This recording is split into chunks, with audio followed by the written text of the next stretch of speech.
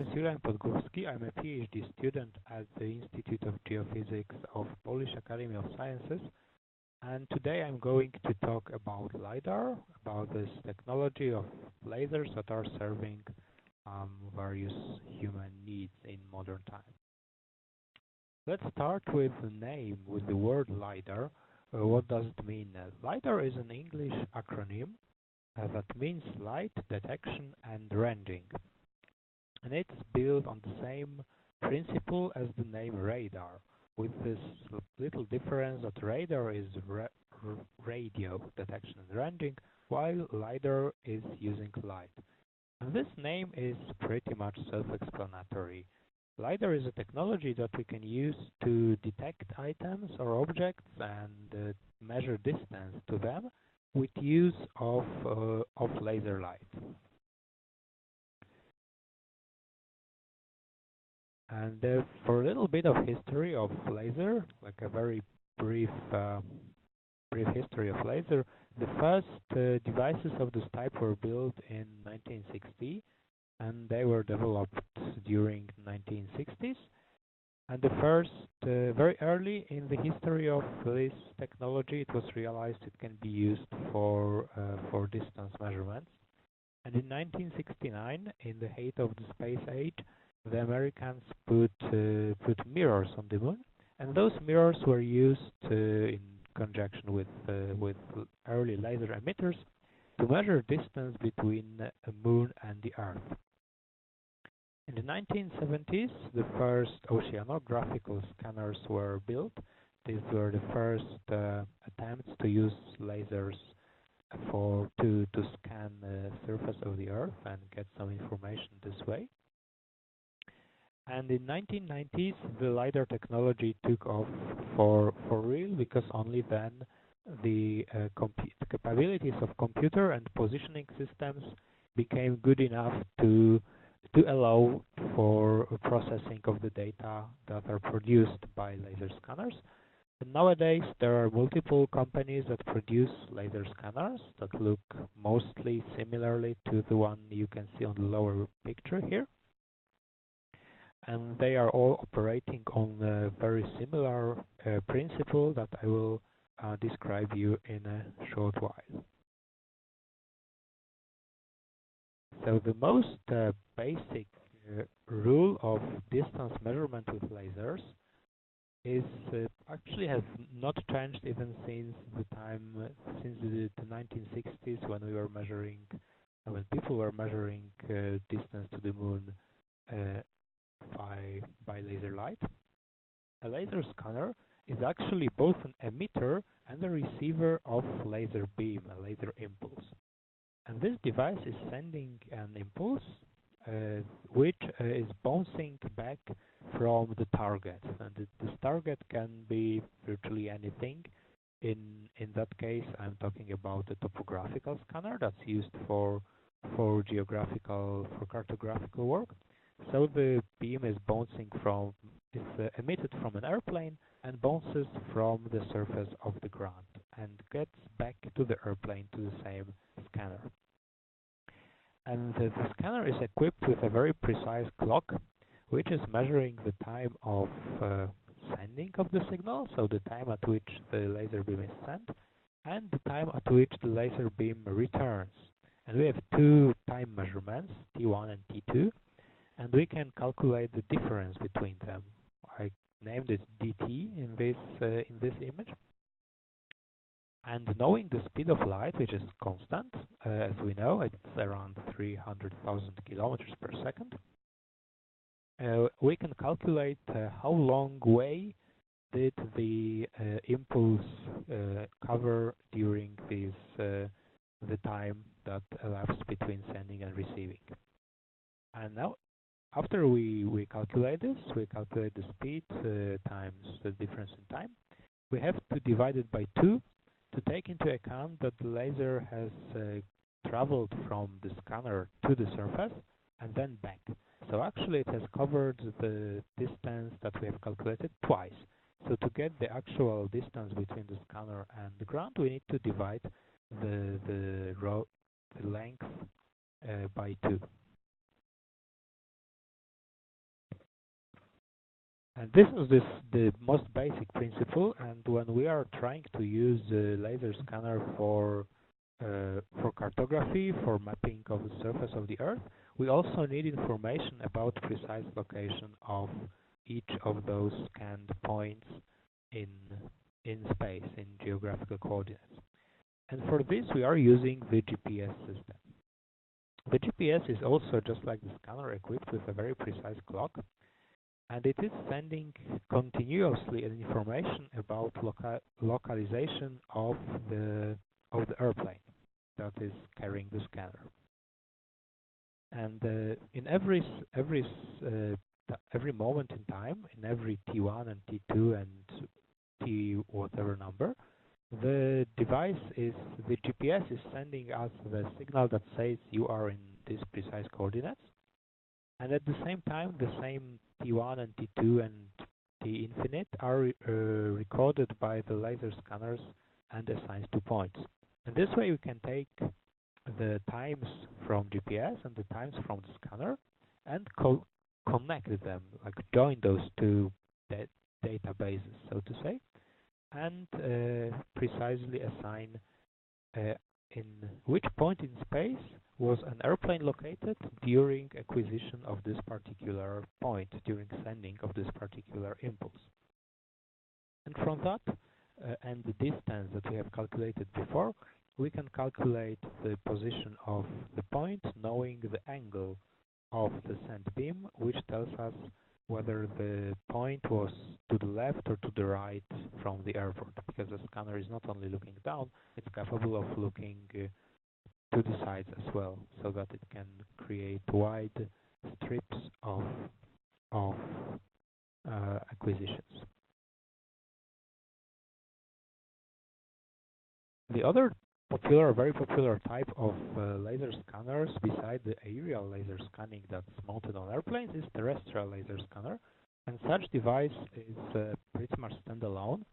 It can be put on a tripod in the field and used to scan, for example, rocks or ice cliffs or factories or buildings. And in this case, the principle of work is exactly the same. It's sending a laser beam that bounces back from the target, and we need to calculate the length of route and divide it by 2. And in this case, the GPS signal is useful as well to account for very small, sometimes even completely unnoticeable movements of this device that can impact the result. As the readings of laser scanner are very precise, every even smallest movement or shake of the device can influence the result of the reading. Now, what does influence the result of a laser scan?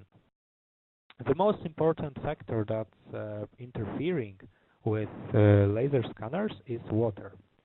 Most commercially available scanners that we can use for geography or surveying or whatever is using infrared light. It's invisible to the eye, so when it's scanning an area, we don't actually see the beam. But infrared light has this property that it's very heavily absorbed by water. And it means that when the infrared laser beam hits a water body, for example a lake or river, it disappears. It doesn't bounce back. So the scanner has no return reading, and it cannot tell us how long did it take for the beam to go back. Usually in such case, the scanner is aware that sometimes the impulse don't get back and marks them accordingly, placing some kind of a 0 or an empty point or empty reading in this place. The other things that influence our result of our scanning are the things that are located on the ground. And the very important, I think, example for geography are trees and plant cover in general, because many modern laser scanners are capable of scanning through foliage, through leaves and bushes and grasses, And the effect is of this technology that we can have even a few readings from a single impulse. So we're sending one impulse from the scanner, and first something comes back after some time, and after a little bit more time, another signal comes back. The first one being reflected from, for example, the top of a tree, and the second being reflected from the ground. And while it's not an error in itself, it's a correct measurement of many layers of whatever is located in this area. A person who is trying to interpret the data has to take it into account and remember that sometimes those multiple readings mean that we have tree cover a forest in this place. It's also important to be able to recognize objects that may interfere with our work. For example, if I'm interested in creating a model of elevation, of terrain elevation in the area, and I scan the area with laser, every car or truck or house will also be scanned and show up as some kind of elevation, but it's not something I want to include in my data. And once we're done with field work, so to say, once we have scanned the area or object of interest, we need to pre-process slightly the data. It's something I've mentioned on the end of the previous slide, the things about removing unnecessary objects or unnecessary points. And this screenshot here from a computer program that's dedicated to work with LiDAR scans is showing an example of such data filtering. The scan here shows a glacier scanned with a terrestrial laser scanner, and you can see that this colorful part, this green, blue, red part, is the only thing that I'm interested in this case. And all the green gray area, are the points, the area of the glacier that I'm not interested in, so I want to remove it to make the data much smaller and much easier to handle. And the final effect is a point cloud, because every, as I said, every acquisition of the laser scan is a single point, and during, for example, aerial laser scanning, there's the single scanning campaign, a single scanning session, can produce millions of points spread around the terrain. And here you can see an example of from London. On the left, there's a LiDAR point cloud, this thing in bluish greenish colors, that was taken with an aerial laser scanning from an airplane. And to the right is an aerial photograph of the very same spot in London, that's the St. Paul Cathedral. And you can see that the LiDAR scan has quite well managed to represent the details of the architecture of the buildings, details such as the dome on the top of the church, the roofs of the buildings are also very nicely represented on this LiDAR, testifying to the high accuracy of this technology. Another example is from terrestrial laser scanning. It's the same point cloud as the one shown on the screenshot before. It's front of the glacier, an ice cliff. And this time it's colored after intensity of reflection, because aside of the position of the point, the laser scanner is capable of recording how big part of the energy that was sent is returned. So when we send a beam which has the energy of, say, 1 of whatever unit, it bounces, it hits the target, and some of this gets absorbed, some of it gets somehow in other way lost, and what's reflected to the scanner is only some part of it, say 1/2 of this energy, or 1/3 or 1/5 of this energy that was sent. And the scanner is recording how much of this energy is returning, and we can use this to infer more about the properties of what we are scanning.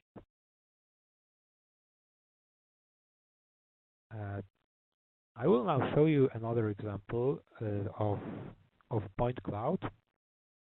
I'm not sure what's going on here. It's going to be a space shuttle. A space shuttle to be that you can see on a website in the internet. I will need to wait for it to load, but it will show you that absolutely everything actually can be scanned. Not only surface of the Earth, not only glaciers, but people are scanning buildings, factories, space shuttles as well. To sum up, I will tell you the pros and cons of the LiDAR technology. The biggest pros from the geographical point of view is that large areas are mapped very quickly. We can just take a scanner onto an airplane and fly around some area and have it mapped in a few days. Afterwards, we need to process the data, but that's the case with our traditional ways of surveying as well. And it also means that inaccessible areas can be mapped very easily. We don't need to carry surveying equipment and send a whole team of geographers to some remote mountains or to marshland. We can just fly over the area with an airplane, scan it, and have a map. And additionally, the LiDAR scanning is independent of the daytime and most of the weather. That's because it's providing its own source of light, so it's sending a light beam that gets reflected. It's independent of whether it's night or day, because it doesn't need a source of light, it doesn't need sun. It's independent of whether it's cloudy or not, only as long as it's not raining. And that's one of the big cons, that many surfaces can be tricky or hard or impossible to scan, especially the surfaces that are very wet. And it's not only lakes and rivers that are almost unscannable, but also in case of things like, for example, wet pavement. When a rain falls onto the streets and the streets get wet, it's already enough to disrupt the work of the technology and make the readings slightly unreliable. The other two cons of the LiDAR is that the data are actually very big. Each of those point clouds of those scans can be even several gigabytes if it's very big. There's millions of points in each of those files, and it obviously has to take a lot of space on a hard drive of a computer. And as it's still, even though it's already 20 years that people are using laser scanning, it's still a fairly new and fairly advanced technology that's quite expensive, not only in terms of the laser scanners that can be expensive, but also the operations such as hiring of aircraft to carry the scanners or things like that. Yes, here we can see the space shuttle. You can see how it's composed of many little points. When we zoom in, you will see it better. That these walls that seem smooth and solid are actually built of an uncountable number of little white or gray or black points. You can also see that the interior of the spacecraft is not mapped, so it's only the outer shell of the vehicle that we can see. It's much harder to take the scanner inside. It seems that it was to scan it from the outside in some kind of a museum. Anyway, here you can see in live, so to say, how does the laser scan look like. It's the website plus.io, and you can obviously visit it yourself at home or at school to look at more different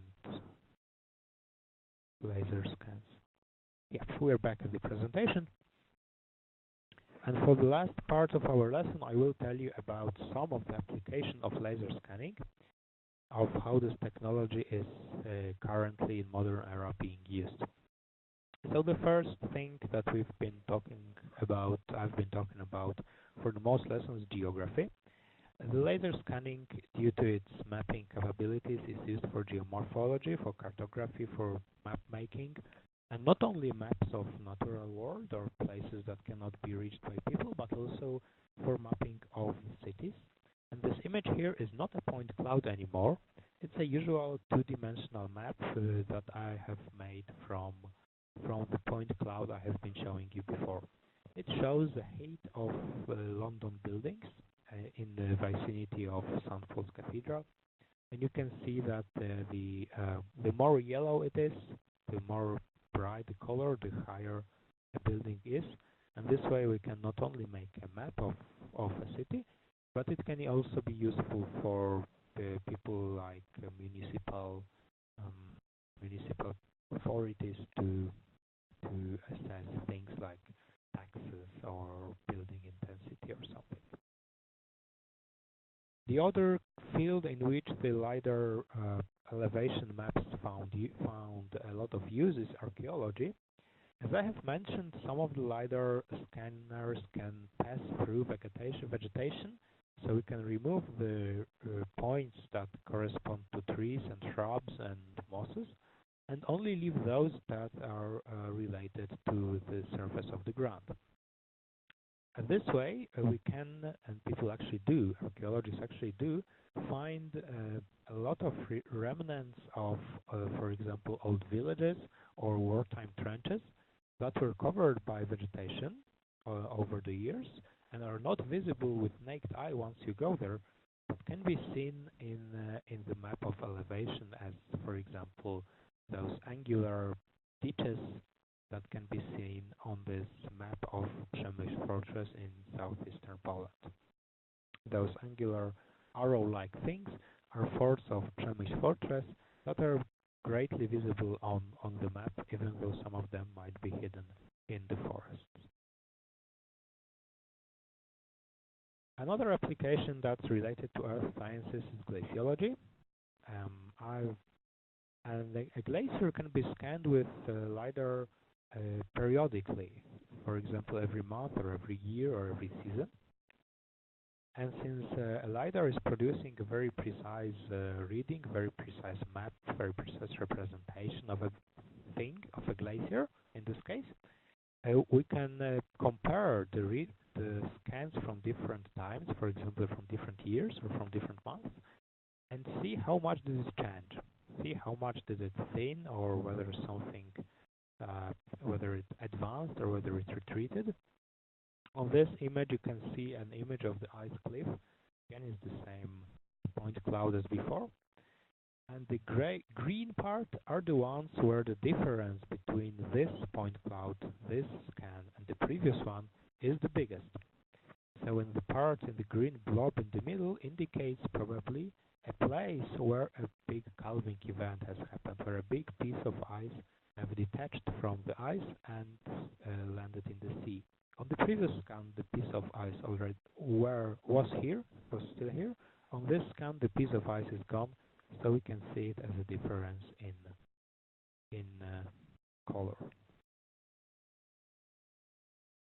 Another application of LiDAR scanning is in industry. The industrial community have found uses for LiDAR scanning in design and prototyping mostly, and you can scan even items as small as a mug, a teacup. And here it's an example of such a small item. It's a Stanford bunny, a digital model of a ceramic bunny that was scanned in the University of Stanford as an experiment, I think. But that's an example of how you can use LiDAR scans, the 3D models produced by LiDAR scans, for industrial purposes.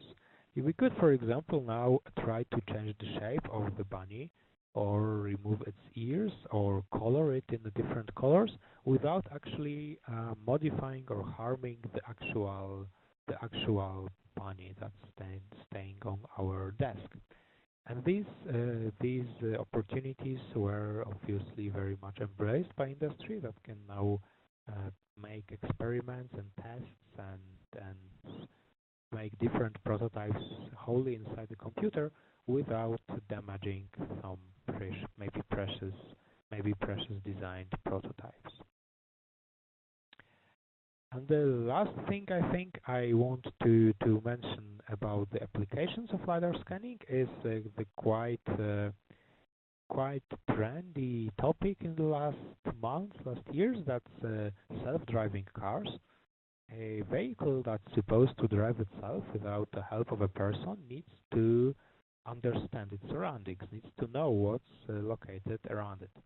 And laser scanning is finding its way to be the eyes, so to say, of this vehicle, of the self-driving car. A laser scanner mounted in such a vehicle is scanning its surrounding all the time, continuously. And the computer can make sense out of this three-dimensional model of reality, the three-dimensional photograph, and they recognize people on the bicycles, recognize vehicles, recognize pedestrians on this scan and act accordingly. So thanks to LiDAR scanning, a self-driving vehicle is aware of people that are coming its way, and it can, for example, stop in time, not to hit them. For the very end of the lesson, I will show you some ways of accessing the data, the LiDAR data, in case you are interested in some maybe working, maybe playing with them. The English scans, for example, the ones from London I have shown you, have been downloaded from the website Environment Data Gov.uk.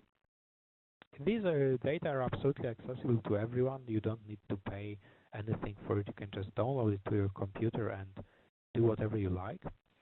A map of Poland created with LiDAR scans can be found in geoportal.gov.pl website. That's a Polish national portal with maps, so essentially. And if you go for cieniowanie ISOC option, you can download those maps that I have shown you in the archaeological example of Przemyśl-Fortes. And to make sense and make use of the data you can download from these places, you can use the Cloud Compare program. It's completely free, used for LiDAR point cloud processing.